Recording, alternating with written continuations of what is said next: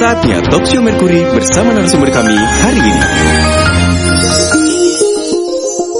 Selamat berjumpa kembali sahabat Merkuri, sahabat YouTube, apa kabar? Salam sehat selalu. Saya Aldi Susanto yang senang bisa kembali menghadirkan perbincangan di Solusi SDM bersama teman-teman dari Magnet Solusi Integra, MSI Consulting, dan narasumber tamu kita juga pagi hari ini. Kita akan bersama-sama dengan Mbak Mita dari MSI. Bu Novi lagi super sibuk sepertinya. Mbak Mita, apa kabar? Sehat? Kabar baik, Pak Aldi. Sehat ya? Sehat, ya.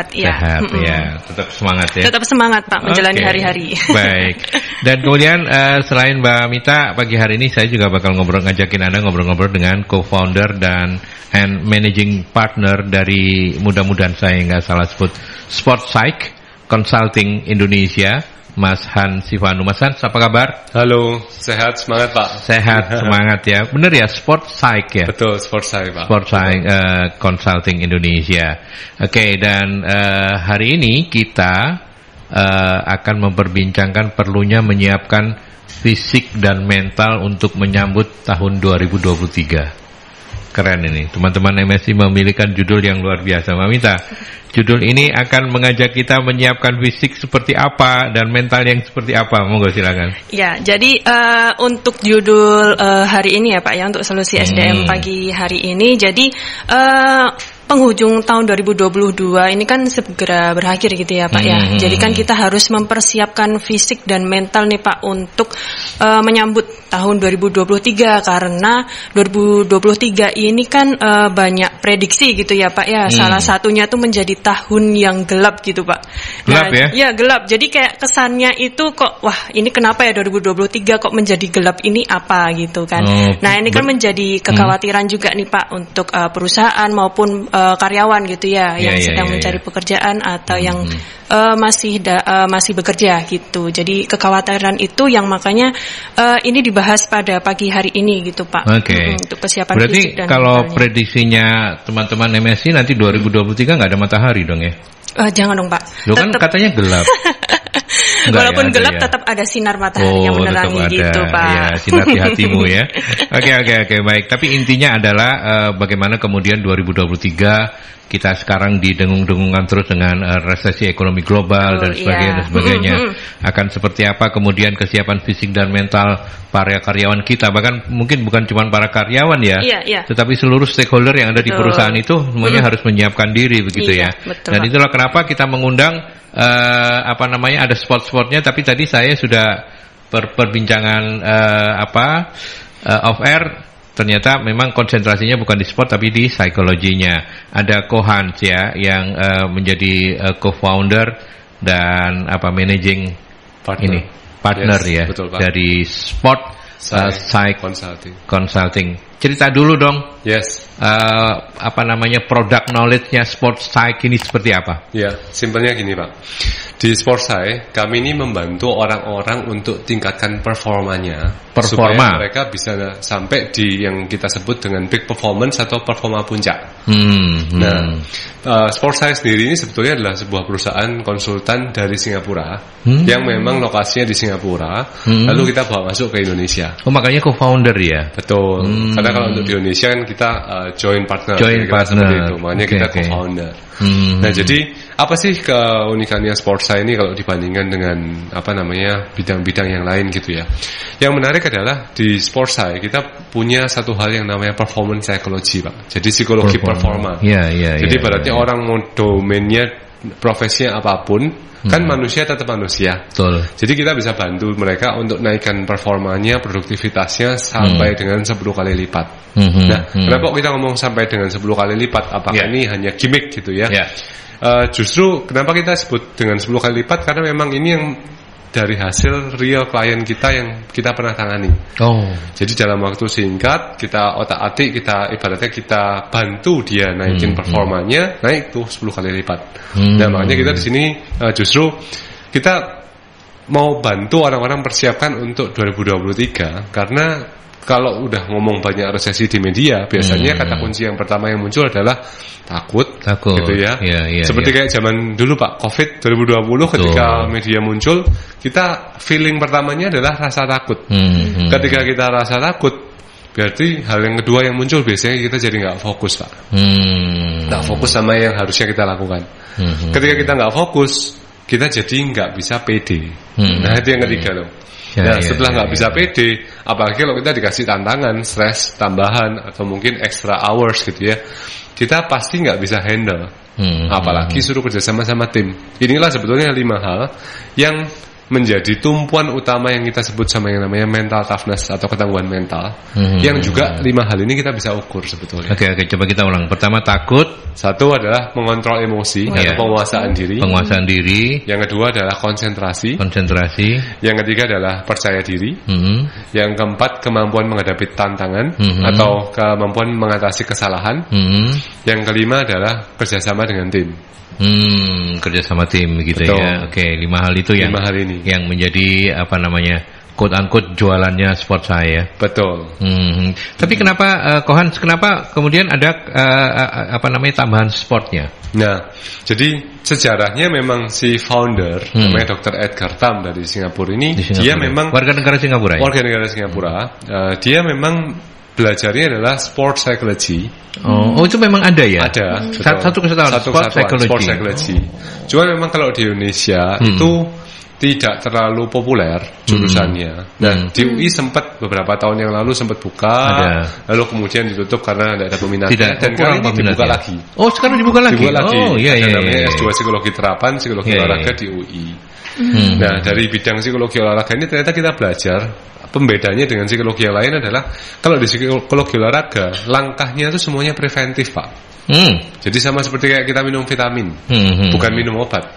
Padahal psikologi yang lain itu lebih banyak yang arahnya ke obatnya. Misalnya orang sudah breakdown, mental breakdown kalau kita orang di kerjaan gitu ya. Terus wah saya ada masalah dengan pasangan, saya masalah dengan anak, saya masalah dengan bos saya pengen ngobrol konseling kira-kira gitu. Kalau di kita ini nggak menyiapkan, kita nggak menghandle yang seperti itu Pak. Justru kita menyiapkan orang yang mau capai target, mau perform, mau excellent, yuk kita siapin dulu gitu. Ada caranya. Nah, peribahasanya kurang lebih kayak gini Pak. Kita nggak akan bisa meningkatkan apa yang kita tidak ukur. Nah, makanya di sini kita bantu orang-orang untuk ukur dulu sebelum kita otak-atik tingkatkan segala macam. Itu yang Peter Drucker ngomong. Ini yang menarik ya. Semua yang terukur itu menjadi lebih enak kita bicaranya begitu ya daripada yang di awang-awang begitu ya. Oke, saya ke Mbak Mita lagi. Mbak Mita, tadi kan Kohan kan sudah menyampaikan kira-kira itu yang sudah disediakan oleh Sportsai untuk sahabat-sahabat Mercury untuk siapapun, bahkan juga untuk kliennya MSI gitu ya, Pak ya. Yang mungkin membutuhkan. Tapi memang benarkah potret MSI sendiri terkait dengan prediksi 2023 yang tadi disampaikan dengan bahasa gelap itu apakah memang di sekitaran itu begitu dari selama ini keluhan-keluhan yang disampaikan oleh klien-klien terkait dengan 2023? Jadi kalau terkait dengan 2023 nih ya Pak ya, jadi memang banyak sekali dari media awalnya memang apalagi dari pemerintahan juga gitu Pak sudah mengeluarkan statement bahwa kemungkinan akan ada resesi. Lalu misalkan memang kekhawatiran masyarakat ini bagaimana sih untuk supaya dapat bertahan gitu Pak ya, lebih ke bertahan hidup gitu Pak untuk di tahun 2023. Nah dari situ makanya memang kesehatan mental terkait dengan tadi yang sudah dijelaskan oleh Coach Hans juga. Jadi pengendalian emosional, lalu juga berhubungan dengan lingkungan pekerjaan ataupun lingkungan masyarakat ini kan sangat mempengaruhi gitu Pak untuk mental setiap orang. Begitu. Gitu ya. Oh jadi Coach Hans ini juga di Sportsai ini sebagai coach juga begitu ya. Betul, exactly. Oke, panggil coach aja kalau coach begitu. Coach aja mungkin lebih enak ya Pak Aldi. Lebih enak ya, tapi pikirnya beliau ini bosnya itu kemudian punya coach-coach yang ada gitu. Tapi turun langsung ya? Turun langsung juga. Kita ada handle orang-orang yang dari corporate juga, di atlet juga ada seperti itu. Oh ya? Atlet juga ada, kita ada klien atlet juga. Oh, kalau atlet seperti apa? Ini menarik. Ini kita agak bergeser tapi menarik ya. Menarik Kalau atlet gimana?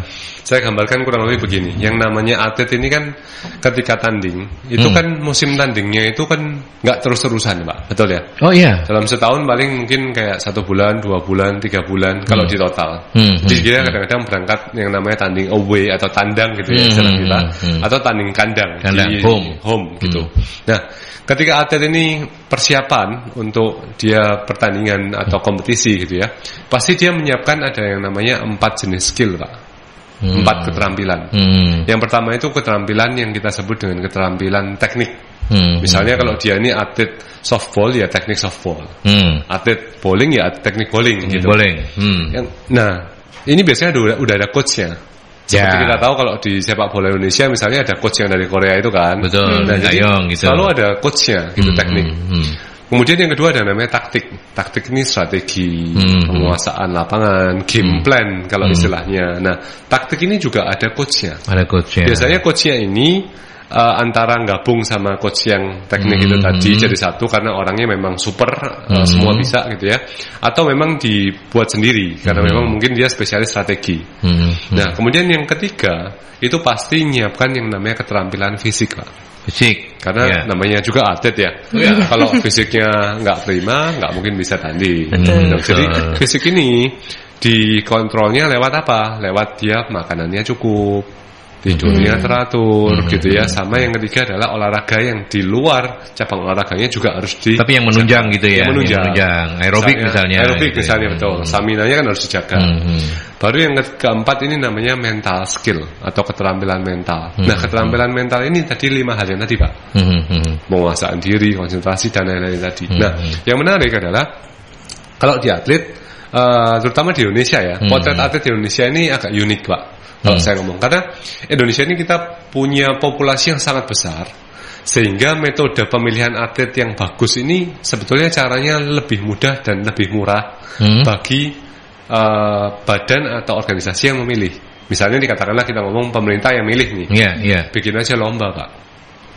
Lombanya dibuat sering aja, mulai tingkat kecamatan, tingkat kota, provinsi, nasional, lama-lama kan pasti kesaring. Pasti ketemu yang bagus. Dari mungkin ribuan orang yang sudah berkompetisi selama berapa bulan ini. Betul. Nah, tapi tidak begitu dengan negara-negara kecil seperti Singapura, yang populasinya cuma sekitar 6,5 juta, Pak. Surabaya sekitar 5 juta, Singapura 6,5 juta. Berarti kalau kita ngomong, kalau mau pakai metode seleksi kayak gini, masa dapat? Makanya akhirnya mereka ketika misalnya SEA Games gitu ya, misalnya contoh, mereka cuma kirim jumlah atlet yang dikirim mungkin sekitar 150. Tapi level medalinya bisa kurang lebih sama-sama kayak kita, Pak. Karena mereka punya metode bukan seleksi, tapi mereka mengembangkan. Pengembangan itu istilahnya gini. Tetap di awal pasti seleksi itu. Cuman kan karena populasinya nggak gede, jadi mereka cuman seleksinya ya sebatas pokoknya talentnya siapa, yang minat siapa, dan orang-orang yang sudah talent dan minat ini diminta komitmennya. Nah, setelah diminta komitmennya, dikembangkan habis-habisan, Pak. Jadi mahalnya itu di pengembangannya. Tapi kalau di Indonesia mahalnya di mana, Pak, kira-kira, Pak? Di seleksinya. Bukan, Pak. Di bonus terakhirnya. Oh, bonusnya. Bonus atletnya. Itu kalau se-Asia Tenggara dibandingkan paling Indonesia tinggi ya? paling tinggi. Paling tinggi, tapi ya prestasinya nggak bisa lebih paling tinggi juga ya. Kenapa ya? Nah, itu tadi, Pak. Karena metodenya kita lemah di pengembangan seleksi. Ya. Karena di sini metode seleksi dan tidak pengembangan. Misalnya contoh, kalau pengembangan berarti nutrisinya mesti dijaga, Pak. Kalau di sini makanya gini ya. Makannya. Misalnya gini ya. Yang contoh yang paling gampang itu kan sepak bola, karena penduduk kita ini 200 juta sekian, tapi bal-balan di Asia Tenggara aja kita nggak menangan gitu ya. Nah, itu kan kadang-kadang bibitnya banyak gitu ya, sampai di kelompok umur gitu ya, usia U23 apa, tapi cepat habis ya mereka ya. Mungkin karena tadi itu ya, nutrisinya nggak dijaga, pengembangannya yang kurang ya, pengembangannya yang kurang, betul. Jadi kalau kita ngomong soal pengembangan itu mesti rata di 4 aspek ini tadi, Pak. Oh, semuanya ya. Taktiknya juga, fisiknya juga, mentalnya dan juga. Dan itu harus berkesinambungan. Oke. Nah, yang menarik kalau atlet ini tandingnya cuma mungkin 1 tahun cuma 2-3 bulan, persiapannya kan panjang. Kalau orang-orang di tempat kerja, Pak. Nah, itu nanti ya. Kita sudah geser untuk membahas tentang atlet, tapi sekarang maksudnya adalah durasinya nih. Iya, betul. Orang tempat kerja setiap hari harus perform, tapi tidak dikasih waktu untuk persiapan. Nah, itu makanya nanti kita akan bahas itu karena biarlah atlet ini sebagai benchmark supaya kita lebih mudah ketika kemudian kita ngomong ini kalau soal organisasi perusahaan seperti apa nih gitu ya. Betul. Tapi kita break dulu, kita ke iklan dulu ya.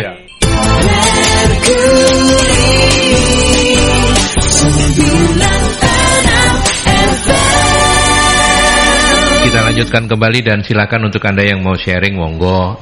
Mumpung ada Coach Han dan hari ini Coach Han mengenalkan kita. Jujur aja buat saya ini sesuatu yang baru, Coach, ya, yang namanya Sport Science ya. Iya, terima kasih juga sudah menghadirkan Coach Han ya lewat warna baru ya Pak Aldi ya. Iya, betul. Terima kasih sudah menghadirkan Coach Han oleh teman-teman MSI, dan silakan untuk Anda bergabung ya di 0315620096 atau juga melalui WhatsApp di 0817300096. Dan tadi kita sudah ngobrol-ngobrol panjang tentang kalau atlet kita udah tahu dan sudah mendapatkan istilahnya pembenaran dari Coach Han bahwa memang itulah disiplin segala macam gitu. Tapi itu kan atlet gitu ya. Iya. Nah, kalau ala-ala atlet diterapkan di perusahaan ya, nanti kapan kerjanya kalau mereka harus seperti olahraga atlet? Terus nanti jadinya Pak. Gitu. Jempal-jempal tapi tidak punya uang gitu ya. Iya. Ya. Oke, sekarang ke Mbak Mita, ketika ini bicara di perusahaan, siapa yang mestinya berperan untuk membentuk mental karyawan ini? Yang paling dominan harusnya siapa, Mbak Mita? Ya, jadi kalau kita berbicara tentang peran ya Pak untuk di perusahaan, sebenarnya semua itu berperan Pak. Ya, jadi dari level yang atas mungkin lebih kalau misalnya memang owner itu masih campur tangan dari perusahaan itu ya dari owner juga, lalu ke bawahannya ya direktur, manajerial, lalu sampai ke supervisor dan juga akhirnya ke staffnya gitu Pak. Jadi karena memang kalau dari kita lebih bicara tentang fisik dan mental ini kan sebenarnya itu mirip-mirip ya Pak, mirip-mirip dalam artian jika memang fisiknya ini yang sakit, pasti mentalnya juga akan sakit. Begitu juga sebaliknya gitu. Jadi terkait dengan perusahaan ini makanya butuh juga peran dari atasan Pak, untuk melakukan coaching ataupun konseling gitu ke bawahannya. Ya, jadi supaya karyawan ini dengan load yang tinggi mereka tetap merasa percaya diri, mampu, dan juga emosionalnya juga bisa tertata gitu Pak. Jadi sehingga performa dari karyawan juga pasti akan maksimal. Gitu. Oke, baik. Kita akan cek ke Coach Han yang di tataran implementasinya ya. Jadi kan minta menyampaikan idealnya seperti itu. Coach Han, selama ini ketika bicara perusahaan ini menjadi dalam tanda petik relatif lebih sulit ya dibanding atlet ya. Kalau atlet kan mungkin lebih banyak perorangan gitu ya. Kalau mendidik satu orang tetapi kemudian kalau di perusahaan harus membangun teamwork, tapi teamworknya ini nggak boleh satu pun yang ini letoy, yang tiga enggak, misalnya 4 tiga oke, satu letoy ya sama aja gitu ya. Betul. Gimana Coach? Ya. Yang menarik gini Pak. Tadi ketika saya di awal menyampaikan mengenai ada 4 jenis keterampilan, yang ada teknik, taktik, fisik, dan mental. Sebetulnya kalau kita implementasikan ini di perusahaan itu teknik itu kurang lebih kayak yang accounting diajarin accounting, yang IT diajarin IT. Jadi itu common. Itu timnya Sport saya ada? Enggak ya. Biasanya perusahaan pasti udah ngajarin. Lalu kemudian yang taktik ini biasanya kita sebut dengan soft skill. Kalau tadi hard skill, ini soft skill. Soft skill itu kayak communication, negotiation, time management, dan lain-lain. Nah, hard skill dan soft skill kan selalu didengung-dengungkan dan dilatihkan Pak. Tapi fisik dan mental nggak pernah. Di perusahaan fisik dan mental itu seolah-olah kayak itu tanggung jawab pribadi. Padahal kalau kita tahu Pak, fisik dan mental ini justru rahasianya meningkatkan produktivitas. Nah, kenapa kok gitu? Kita tanya ke diri sendiri deh. Misalnya Pak Aldi gitu ya.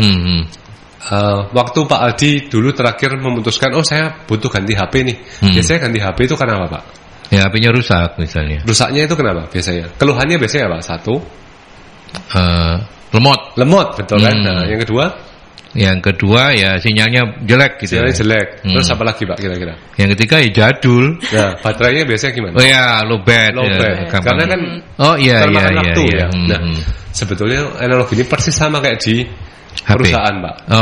Jadi kalau misalnya ini contoh, kita punya karyawan yang low bed, baterainya soak gitu ya. Yang kedua lemot dalam artian ini kita kasih challenge lebih, kita kasih tantangan lebih, kurang proaktif ya, bukan kurang proaktif Pak, tapi nggak bisa sustain yang namanya stamina mental. Jadi kalau misalnya dua ini nggak bisa, lemot dan low bat ini tadi, stamina fisik dan mentalnya nggak bisa produksi Pak.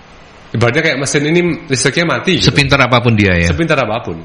Mau dia ini sarjana S3 sekalipun, kalau misalnya dia fisiknya kebetulan pada waktu itu sakit misalnya katakanlah harus opnam, ya sudah, pekerjaannya terbengkalai kan. Nah makanya itu istilah yang saya meminjam ada kutipan di belakangnya Pak Aldi. Kerja keras tak pernah mengkhianati hasil, itu betul Pak. Cuman untuk bisa kerja keras butuh fisik dan mental ini punya stamina. Karena kalau nggak punya stamina, saya ambil contoh seperti ini. Andai kan kita pakai hitung-hitungan sederhana gitu ya Pak. Katakanlah ada orang yang punya stamina fisiknya 10 dan mentalnya 10. Tapi ada juga yang stamina fisiknya 10 tapi mentalnya 5. Bedanya kira-kira gimana? Misalnya gini, yang 10 dan 10 ini mungkin yang senior leader, kayak tadi katanya Bu Meta, ini udah manajer mungkin gitu ya. Tapi kalau yang 10 dan 5 ini mungkin kayak anak yang baru lulus gitu, atau mungkin baru supervisor lah. Ketika dia digenjot fisiknya, fisiknya tahan, sama-sama 10 kan. Mau kerja sampai jam berapapun bisa. Tapi ketika sudah jam 5, jam pulang kantor, mau dilanjutkan ke jam 6, ke jam 7, ke jam 8 karena memang pekerjaannya belum selesai, yang stamina mentalnya 10 ini masih punya sisa stamina Pak. Setelah habis seharian dia masih punya sisa stamina. Surplusnya kalau dibandingkan berarti surplusnya 5. Makanya itu ketika udah kita ngomong sama level-level leader, biasanya kenapa kok leader bisa diajak meeting sampai malam dan masih tetap sharp gitu kan. Mungkin pernah dengar bahkan leader-leader seperti kayak Pak Khairul Tanjung, itu biasa kalau meeting sampai jam 1, jam 2, jam 3 Pak. Pertanyaannya kok bisa tetap sharp gitu kan. Stamina mentalnya dari mana? Nah itu dilatih. Karena mereka latih gitu. Sedangkan yang baru-baru mungkin yang masih junior, masih staff, supervisor, mungkin dia nggak punya cara, nggak punya resources untuk melatih stamina mentalnya tadi. Makanya cuma 5. Sedangkan yang leadernya 10. Sehingga kalau sama-sama dikasih bobot kerja yang sama, yang ini ngomong aduh saya stres butuh healing. Karena itu tadi, karena memang stamina mentalnya cuma 5, udah habis duluan sampai jam 5 sore. Jangan yang ini healing apaan sih? Karena dia punya stamina mental 10. Nah masalahnya gap ini nggak pernah kelihatan Mbak, karena kan ini kan kita sebut psikologi ini kan ilmu social science ya.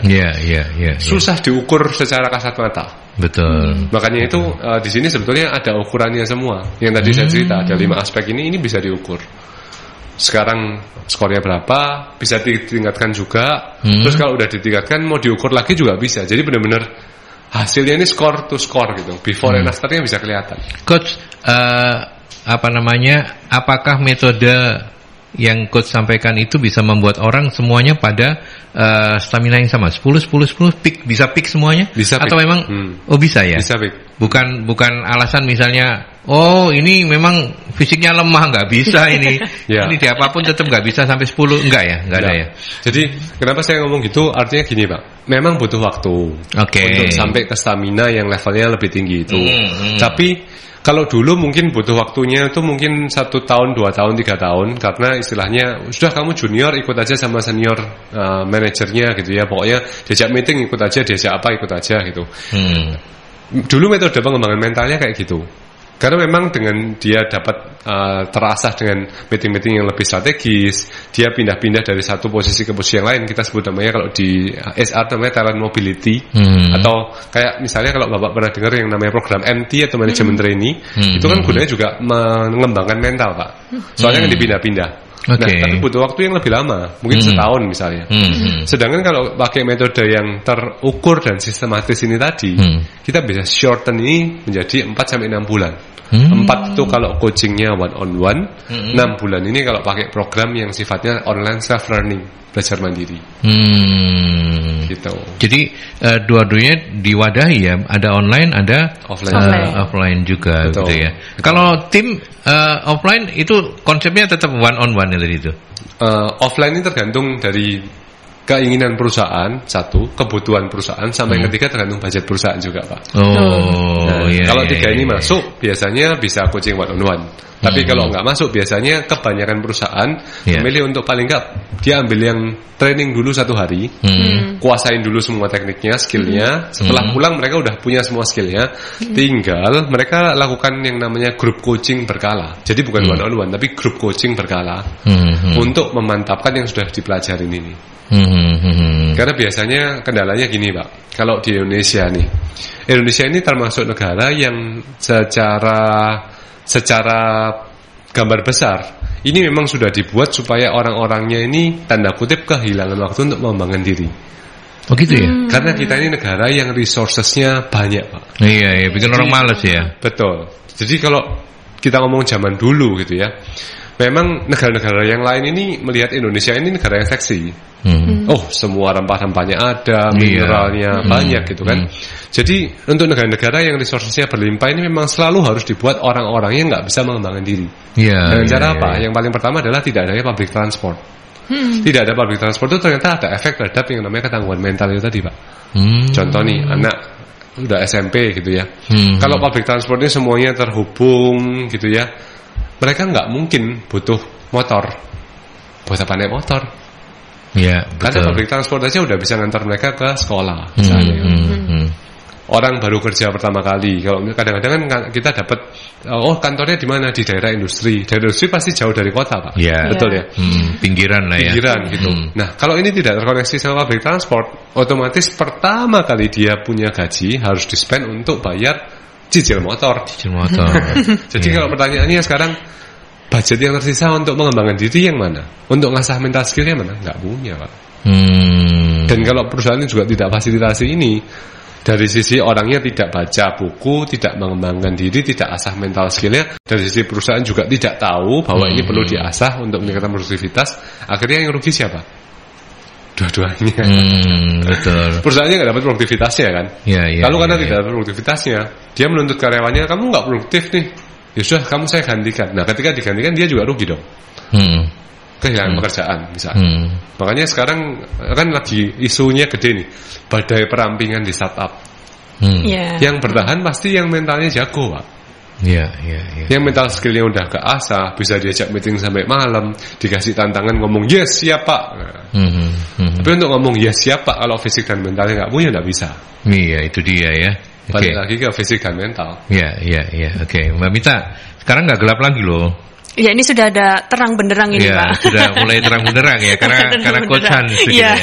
Mudah-mudahan Coach Han banyak bisa menularkan ini ke banyak orang lagi begitu ya. Iya. Karena tapi apa komentarnya terkait dengan apa yang barusan disampaikan? Oke, terkait dengan tadi Coach Han sudah panjang lebar gitu ya Pak untuk bercerita terkait dengan fisik dan mental. Jadi sebenarnya terkait dengan kita dari sisi perusahaan ya ataupun karyawan gitu ya. Jadi kalau untuk namanya ownership karyawan ini kan sebenarnya juga perlu dibangun. Nah dibangun tuh dari apa? Ya dari salah satunya dari fisik dan mental juga gitu indikatornya. Nah kalau misalkan ownership karyawan ini sudah muncul, sudah ada, otomatis pasti karyawan ini datang ke kantor pun juga dengan semangat gitu Pak, dengan percaya diri, lalu juga dari setiap penyelesaian tugas ini juga sesuai dengan deadline, lalu juga untuk berkolaborasi gitu terkait dengan kolaborasi dengan timnya ataupun atasannya, dengan siapapun antar divisi pun juga oke gitu. Jadi memang terkait dengan fisik dan mental ini memang dibutuhkan untuk keseharian, tidak hanya yang bekerja, namun untuk semua orang gitu Pak, walaupun yang sedang mencari kerja pun gitu. Jadi jangan sampai lihat kualifikasi gitu ya Pak, kualifikasi mau melamar kerjaan ternyata ada kualifikasi bertahan dengan tekanan gitu ya, atau kuat dengan tekanan gitu. Nah jadi jangan sampai satu kalimat itu menjadi minder ataupun memang jadi tidak percaya diri. Seharusnya itu menjadi pemicu diri kita untuk tetap berkembang. Nah itu salah satunya juga yaitu tadi dengan stamina mental yang baik, dengan di lingkungan juga ya baik, dan dari diri sendiri pun juga ya harus melihat itu dengan secara positif gitu Pak. Untuk perkembangan karir karyawan itu tadi juga. Coach, satu pertanyaan lagi Coach, bagaimana dengan upah yang selama ini artinya seberapa jauh itu kemudian menjadi komponen yang sangat berpengaruh ke stamina dan mental seseorang? Apakah ini memang menjadi sesuatu yang, karena kan selama ini kan selalu saja kontroversinya itu kan apalagi di akhir-akhir tahun seperti ini ya. Upah minimum provinsinya berapa, kabupaten kotanya berapa. Nah, seringkali kita hanya disodori dengan kondisi peristiwa itu. Artinya bagi yang pengen gampang, pokoknya dikasih upah cukup pasti dia performanya meningkat. Nah, sekarang ada Coach Han, saya tanya soal upah ini pengaruhnya seperti apa, Coach? Nah, ternyata yang menarik, Pak. Kalau kita diberikan ekstra upah atau ekstra hadiah, ekstra bonus gitu ya, sebetulnya itu ngefeknya nggak lama, Pak. Ngefek tapi nggak lama ya. Tapi nggak lama. Jadi itu ibaratnya kayak kita tiba-tiba dapat suntikan motivasi. Wow, naik gitu ya. Tapi sebentar. Karena secara psikologis, ketika misalnya nih katakanlah orang yang gajinya dari 7 juta naik menjadi 8 juta. 8 juta. Ya. Itu peningkatannya lumayan, 10% lebih kan. Tapi ketika dia naik pertama, bulan pertama dia terima jadi 8 juta. Wah, sekarang ada sisanya lebih banyak nih. Semangat. Tapi kalau lewat 1 bulan, saya rasa nggak lewat itu. Stamina-nya, mentalnya segala macam. Jadi makanya yang kita sebut gini, Pak. Setiap orang itu punya yang namanya respons menghadapi tantangan atau tekanan gitu ya. Di dalam kepala ini, di dalam hipotalamus itu ada satu bagian kecil penjara yang namanya amigdala yang bisa membantu kita itu untuk merespon tantangan ini. Saya perlu fight, saya perlu lawan, atau saya perlu lari. Nah, respons ini sebetulnya respons yang paling dasar di dalam setiap manusia, karena ini membantu kita melindungi diri kita dari ancaman. Tapi yang menarik adalah respons ini juga aktif ketika kita menghadapi tantangan yang sifatnya tekanan kerja, deadline yang lebih mepet, seperti itu. Ada orang-orang yang lebih banyak, waduh, nanti aja deh, besok aja deh, saya tunda dulu deh, waduh saya nggak mau urusan sama orang itu capek deh gitu. Nah, kenapa? Karena dia sebetulnya sedang lari. Karena responsnya adalah fight or flight, Pak. Jadi saya lawan atau saya lari kan. Nah, bentuk larinya itu kalau di dalam kerjaan sehari-hari bukan lari dalam artian sebenarnya, tapi lari dalam artian saya nggak mau dealing sama ini dulu deh, nanti dulu deh. Itu sudah lari, Pak. Menghindar lah ya. Menghindar. Udah besok aja lah. Karena balik lagi ya, Pak. Stamina fisik dan mentalnya nggak cukup. Ketika dia mau hadapin ini, aduh, saya kasih analogi seperti ini. Misalnya nih, saya ajak kita bertiga, Pak Aldi dan Bu Menta gitu ya, kita masuk ke hutan, Pak. Di hutan ketemu seekor anak kambing kecil, tapi mau nyuruduk kita gitu. Karena kecil sekali kita nggak pusing kan.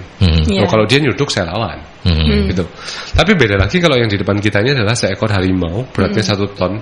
Ya kita mending lari lah. Iya, menyelamatkan diri, Pak. Iya kan. Nah, masalahnya persepsi anak kambing dan harimau ini kalau buat orang kerja itu sangat subjektif, Pak. Buat atasan tiba-tiba deadline-nya dimajuin, oh nggak apa-apa, saya bisa lembur, saya bisa kerjakan. Dia persepsinya, oh ini anak kambing, ini masalah sepele. Ya.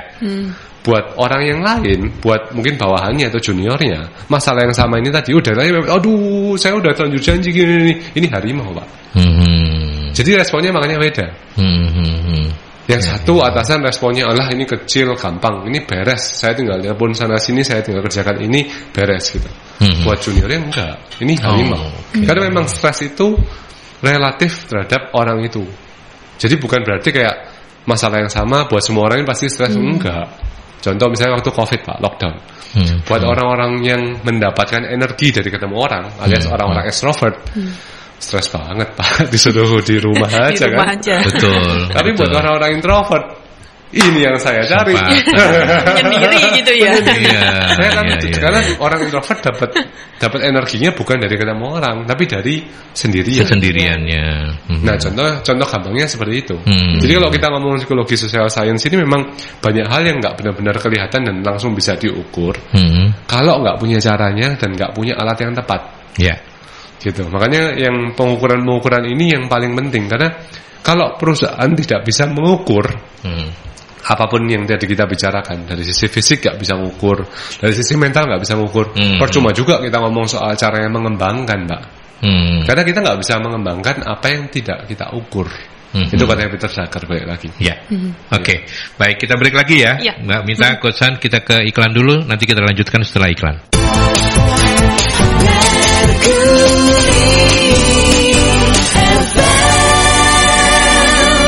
Ya, ngobrol sesuatu yang mengasihkan itu memang kadang tidak kerasa waktunya sudah tersisa banyak ya. Ini sahabat-sahabat Merkuri juga saya percaya semuanya menikmati betul. Sampai-sampai baru satu saya yang menerima WhatsApp ini dari Ibu Firda yang menanyakan kalau semua harus diukur fisik dan mental ini untuk perusahaan bagaimana penerapannya? Coach Han, monggo silakan. Penerapannya sebetulnya sangat mudah, Pak. Jadi yang pertama, sebelum program 6 bulan ini, pertama diukur dulu nih. Stamina fisiknya gimana? Coach, sorry saya potong. Kalau di Sport Science sendiri programnya 6 bulanan ya? 6 bulan. Ini yang program yang istilahnya kita ngomong program untuk corporate yang paling terjangkau. Oh, oke. Dan bisa langsung banyak orang. Oh, bisa langsung banyak. Betul. Itu 6 bulan. Oke, lanjut. Nah, ada beberapa alasan kenapa kok 6 bulan, Pak.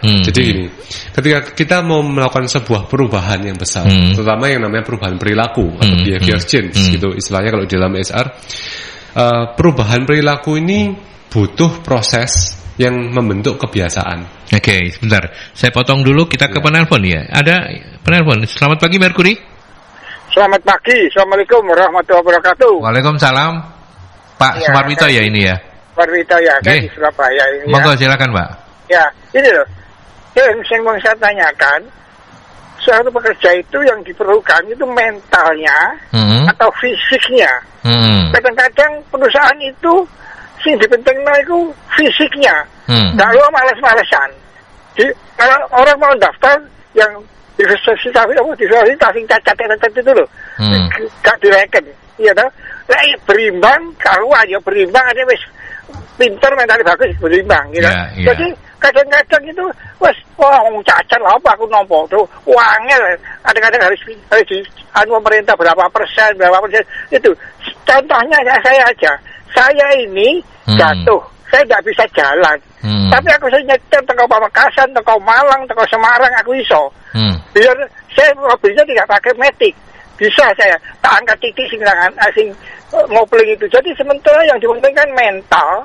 Ya, orang itu pegawai sih, tapi ngetesnya kadang-kadang waduh wong cacat apa, kadang-kadang wong picek ya gak dianu, ya toh. Jadi harusnya itu sebetulnya ada kemauan. Jadi itu loh. Apa betul begitu? Apakah Mas yang ini nama sumbernya itu aku golek sing sehat-sehat sing keliru kalau gitu. Dan saya ini orang yang cacat-cacat itu apa dibuang. Ya. Terima kasih. Assalamualaikum warahmatullahi wabarakatuh. Terima kasih Pak Sumarwito, hari ini menjadi pejuang disabilitas ya. Monggo silakan Coach ditanggapi Coach. Pak Sumarwito juga melanjutkan Bu Frida dulu tadi, Firda dulu tadi. Nah, saya tanggapi yang Pak Sumarwito dulu. Nah, kalau yang Pak Sumarwito ini memang betul. Jadi, memang ada profesi-profesi tertentu yang memiliki persyaratan secara teknik, taktik, fisik, dan mental ini berbeda dengan yang lain. Contoh kata, kalau kita ngomong soal menjadi driver, sopir, otomatis persyaratan fisik ini jadi satu hal yang sangat penting gitu. Karena memang perjalanan jauh, kalau ngatur fisik gak bisa, itu resikonya besar. Jadi itu memang susah untuk dikompromikan. Tapi jangan salah, justru banyak teman-teman kita para disabilitas ini justru yang mentalnya itu jauh lebih terbangun dan jauh lebih bagus daripada yang tidak punya disabilitas. Makanya disabilitas ini kan balik lagi tergantung ke orangnya ya. Kalau orangnya menganggap disabilitasnya ini, saya terbatas di sisi sini, berarti saya mesti meningkatkan di sisi yang saya bisa gitu. Dia akan menjadi superpower. Karena kita selama ini banyak melihat orang-orang disabilitas yang excellent banget di bidangnya masing-masing gitu. Tapi jangan salah pilih bidang. Itu kata kuncinya. Kalau salah pilih bidang, memang jadi dia memberikan ekstra tantangan yang nggak perlu istilahnya gitu untuk dirinya sendiri. Seperti itu. Misalnya salah satu, kalau pernah lihat MasterChef, ada MasterChef yang tidak bisa melihat tunanetra, tapi dia juara di Amerika. Nah pertanyaannya, apakah semua orang disabilitas yang tunanetra bisa masak sejago dia? Jadi itu tantangannya besar sekali sih. Kalau dia kan kondisinya tunanetra setelah usia 20 sekian gitu. Kalau tunanetra dari lahir, wah jangan dibandingkan juga. Ini agak susah gitu bandingannya. Betul. Kira-kira gitu. Kalau Bu Frida gimana? Kalau Bu Firda tadi itu semua harus diukur fisik dan mental ini. Untuk perusahaan bagaimana penerapannya tadi? Silakan. Jadi penerapannya gini. Pertama, pasti harus kita ukur dulu. Secara fisik gimana, secara mental gimana. Itu nanti keluar semua itu Pak skornya. Nah, ketika udah keluar semua skornya, nanti dari situ kan baru kita pembelajaran 6 bulan ini ada melibatkan 3 hal nih. Satu, kita jaga konsistensinya. Dengan cara apa? Nanti di dalam aplikasi atau di web mereka bisa buka dari manapun sih. Mau dari web bisa, dari aplikasi juga bisa. Kalau di web itu di sportspsych.id, sportpsych.id gitu ya. Itu mereka lakukan sendiri di sana. Jadi mereka tonton videonya, lalu mereka praktekkan, aplikasikan, ada PR-nya juga. Seperti itu. Nah, itu yang pertama. Jadi konsistensinya kita pelihara dari sana. Lalu kemudian yang kedua, dari sisi coachnya. Jadi coachnya standby dalam artian kalau untuk yang ikutnya secara corporate agak berbeda programnya dengan yang kalau ikutnya secara personal. Karena program ini bisa diikuti oleh personal maupun corporate, Pak.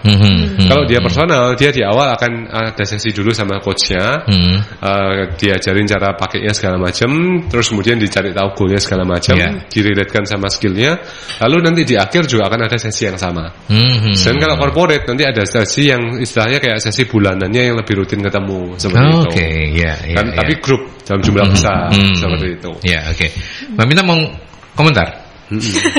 Komentar sedikit aja ya Pak ya, menambahkan mungkin terkait dengan itu tadi ya, fisik dan mental. Perusahaan ini sebenarnya tuh melihatnya itu dari sisi mana gitu. Jadi kembali lagi memang kita lihat dulu dari profesi yang memang dibutuhkan dari perusahaan. Jika memang dibutuhkan fisik yang misalkan tidak disabilitas gitu ya, maksudnya memang normal gitu kan, berarti memang dari teman-teman yang disabilitas ini bisa melihat kayak peluang apa atau misalkan memang dia itu memang mampunya atau misalkan memang punya dilihat juga dari passionnya juga itu ke arah mana, dan itu yang harus dikembangkan gitu. Jadi sebenarnya kalau dari sisi perusahaan keduanya ini sangat penting sebenarnya Pak, karena ya itu tadi yang saya sudah bicarakan juga. Jadi memang jika fisik ini memang kurang mendukung, pastinya mental ini juga akan drop gitu ya terpengaruh juga gitu. Oke, baik, kita lanjut kembali dan sebentar saya buka kembali WhatsApp. Ini ada Bu Wiwi. Selamat pagi Bu, terima kasih sudah mampir di perbincangan ini.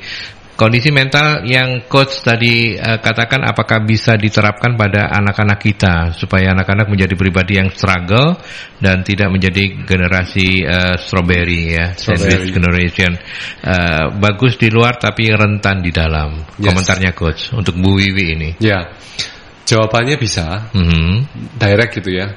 Tinggal kalau dia usianya berapa, nanti alat ukurnya berbeda Pak.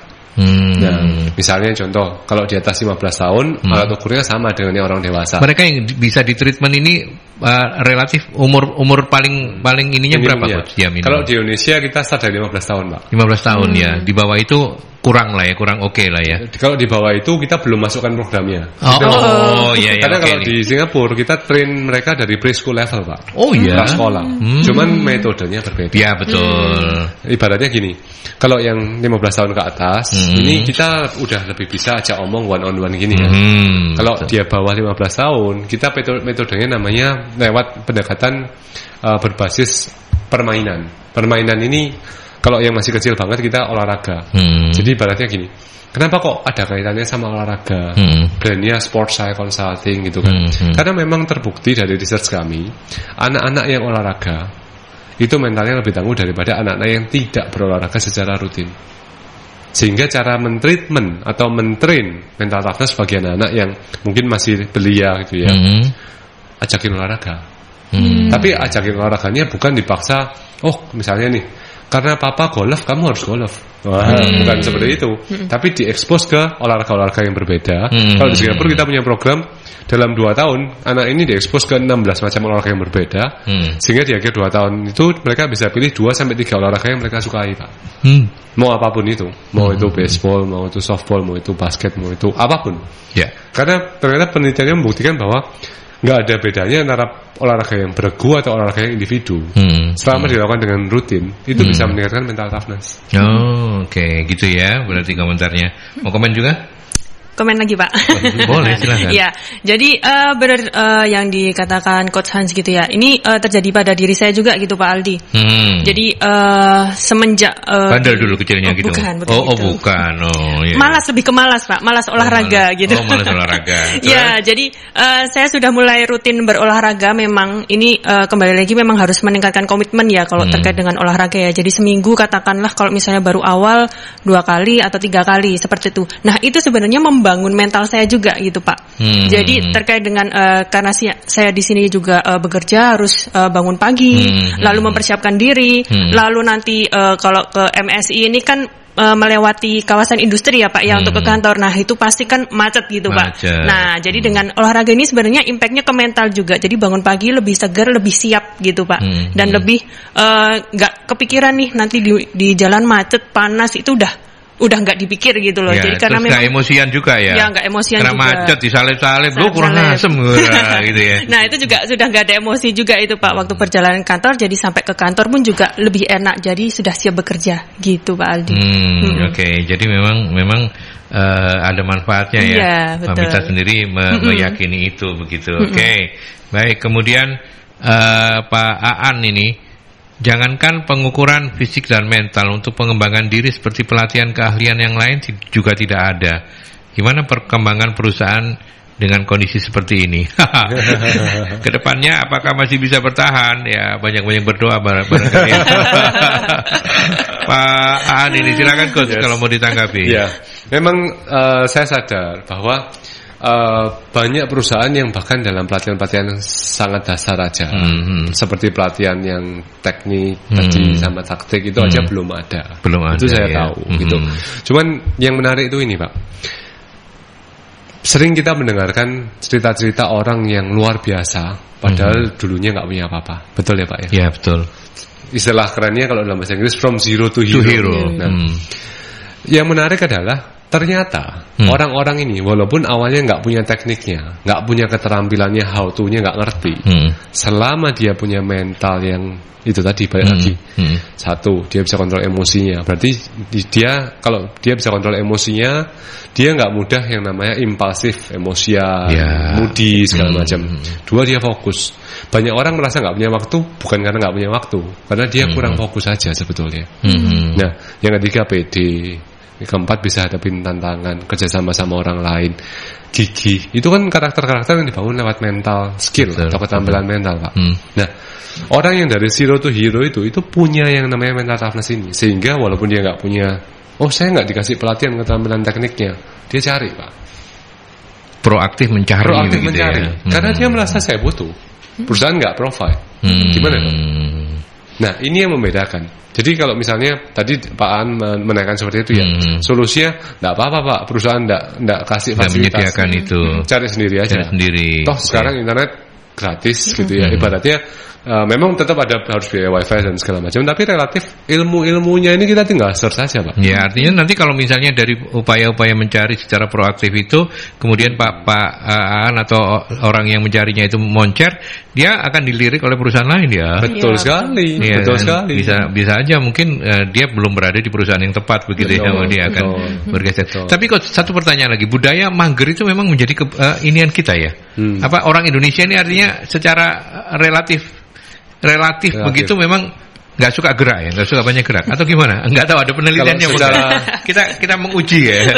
Secara personality kepribadian ada 4 jenis kepribadian ya Pak ya. Ya kita sebut dengan dominan, intim, stabil, dan cermat atau DISC. 79% itu orang di stabil namanya. Nah, kepribadian yang stabil atau kalau dulu orang-orang nyebutnya ini flekmatis gitu ya. Stabil ini memang cenderung suka zona nyaman. Ini ngomong Indonesia ya? Populasi dunia. Populasi dunia. Oh, iya. Cuman kebetulan karena kita ini secara populasi dunia aja 79% di sini ya. Plus kita ini di negara yang 2 musim. Plus kita tanah yang subur karena kita kan di ring of fire. Kan? Orang bilang tanah kita tanah surga ya. Betul. Katanya Gus Plus ya. Katanya kan ada lagunya Kolam Susu Pak. Itu tongkat ditanam jadi tanaman. Betul. Karena itu tadi. Jadi karena kita punya banyak bonus ini, ya zonanya ini sangat nyaman. Dan ada satu pepatah yang saya percaya juga seperti ini Pak. Situasi yang sulit itu melahirkan orang yang tangguh. Orang yang tangguh melahirkan situasi yang nyaman. Situasi yang nyaman melahirkan orang-orang yang strawberry tadi. Oke, kita ulang. Situasi yang sulit melahirkan orang-orang yang tangguh. Betul. Orang-orang yang tangguh, karena dia tangguh, dia berjuang, dia memperbaiki kondisinya, menghasilkan situasi-situasi yang nyaman. Situasi yang nyaman menghasilkan orang-orang yang strawberry tadi. Yang enggak tangguh, yang enggak bisa berjuang. Jadi kalau kita mau dibandingkan dengan generasi zamannya lawan penjajah dulu, Pak, ya nggak ada apa-apanya, Pak. Karena sekarang kita mau makan aja bisa di rumah pakai aplikasi. Kan. Kalau dulu kan mau makan apa? Ya bikin kan gitu. Bikin kan butuh proses. Berarti kan mesti mikir. Berarti kalau saya mau makannya jam segini, mundur berapa jam untuk makanan ini ready ketika saya mau makan. Kalau sekarang nggak pakai mikir, Pak. Nah, kalau untuk anak-anak generasi yang levelnya milenial ke bawah, milenial dan yang lebih muda, karakternya seperti apa, Coach? Itu tadi, betul. Kata-kata strawberry itu kan sebetulnya didapatkan dari istilah gini, Pak. Saking banyaknya teknologi yang mereka bisa akses, sehingga mereka merasa mereka nggak perlu punya skillnya. Contoh nih, Pak, dulu kan nomor teleponnya paling nggak keluarga serumah kan kita hafal kan. Anak-anak sekarang kalau ditanya, boro-boro, Pak. Kapal, iya betul ya. Itu kalau handphone mati langsung jadi bodoh semua. Bahkan karena semuanya ada di smartphone-nya, bukan orangnya. Bukan orangnya. Oke. Baik. Ya, sayangnya memang waktu kita terbatas, Coach. Kalau misalnya dari perbincangan ini ada sahabat-sahabat Mercury yang ingin tahu lebih banyak, ya katakanlah belajar dulu lah ya. Sebelum tertarik, mungkin juga lihat-lihat ini fee-nya berapa nih, biaya berapa. Itu kemana mereka harus bisa mencari tahu tentang sport science? Bisa konsultan ini. Bisa macam-macam, Pak. Satu bisa langsung kunjungi kantor kami di Bogowonto 16 dekat sini. Bogowonto 16. Bisa juga kontak lewat Instagram kita, DM-nya pasti dibalas juga. Itu sport. Instagramnya apa? Jadi sportnya sport olahraga, SPORT. Site-nya ini psikologi. PSYCH.id. .id gitu. .id itu ya. Sportsite.id itu bisa juga kontak lewat sana. Jadi kita punya program memang namanya itu corporate athlete, Pak. Nah, yang tadi kita obrolkan panjang ini tadi namanya corporate athlete. Jadi istilahnya bagaimana kita membantu orang-orang di corporate supaya punya stamina fisik dan mental seperti atlet. Seperti itu kita. Oke, baik. Terima kasih Coach Han Sivano. Nama lengkap beliau co-founder and managing partner Sportsci Consulting Indonesia ya. Sukses untuk Sportsci. Mudah-mudahan kapan-kapan kita ada waktu untuk ngobrol lagi ya, Coach ya. Boleh, ya, terima kasih banyak Coach Han.